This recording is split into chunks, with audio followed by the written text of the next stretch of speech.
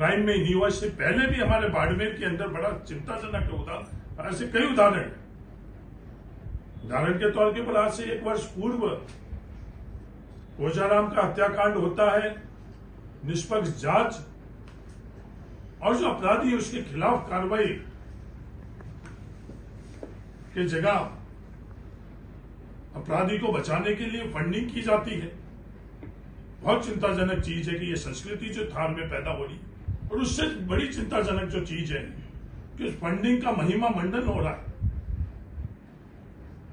हम इस तरह की संस्कृति पैदा कर रहे हैं नौजवान के लिए, अगली पीढ़ी के लिए, हम जो प्रोत्साहित कर रहे हैं कि गलत गतिविधियों के अंदर मदद कर रहे हैं, वातावरण निर्मित कर रहे हैं कि वो गलत गतिविधियों में गलत दिशा के अंदर आगे बढ़े। ये चिंताजनक चीज नहीं।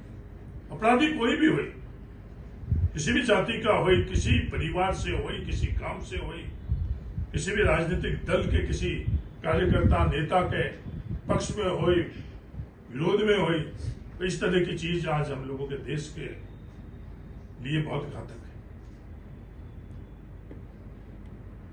जो पूरा घटनाक्रम हुआ है, इस घटनाक्रम के लिए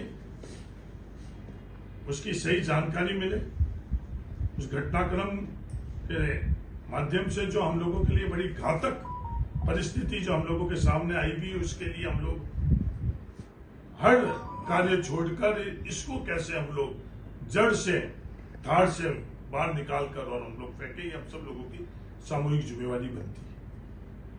अपराध होना, अपराधियों को जो न्यायपालिका है, न्याय है, उससे भगाने के बाद उसकी सुरक्षा करना, उसकी फंडिंग करना, उसकी महिमा मंडन करना, ये तमाम जो कार्य है, ये हम लोगों के देश के लिए ठीक नहीं है, थार के लिए ठीक नहीं है, अपने अपने के लिए ठीक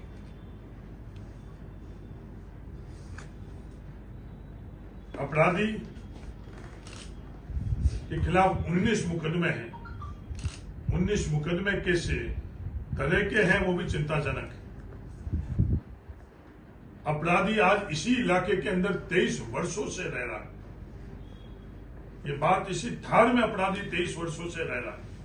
ये हम सब लोगों के लिए चिंताजनक चीज है कि क्या हम लोग इस बॉर्डर के ऊपर अति संवेदनशील इलाके के अंदर हम संवेदनशीलता अपनी खत्म कर रहे हैं। ये मेरे समझ से परे इस तरह की जो संस्कृति पिछले दिनों में प्रयास की जा रही है, उसको हम लोग नजरअंदाज करें, उसके अंदर हम इतिहास हमें माफ नहीं करेगा। आज 48 घंटे हो गए हैं, हम सब लोग मौन हैं। क्या हमारा फर्ज नहीं बनता इस देश के लिए? क्या हमारा फर्ज नहीं बनता थार के लिए? जब इतनी घातक जानकारी हमको मिल चुकी है, उसके बावजूद भी ये मौन, ये चुप रहना, क्या थार के लिए, भारत के लिए, आने वाली पीढ़ी के लिए ठीक है या नहीं? सिर्फ यही चिंता थी, ये दर्द था, जो आज प्रेस कॉन्फ्रेंस के माध्यम से मैं पूरी देश के नागरिकों के बीच में रखना चाहता हूं और थार के लोगों को जगाना चाहता हूं, क्योंकि जिम्मेवारी थार के लिए क्या है, उनकी जिम्मेवारी सीमाओं के लिए क्या है। जिस तरह की जानकारी आई है, ये सिर्फ एक अपराध के संदर्भ में नहीं आई है, इस बॉर्डर के अंदर संगठित तौर के ऊपर फंडिंग के संदर्भ में नहीं आई।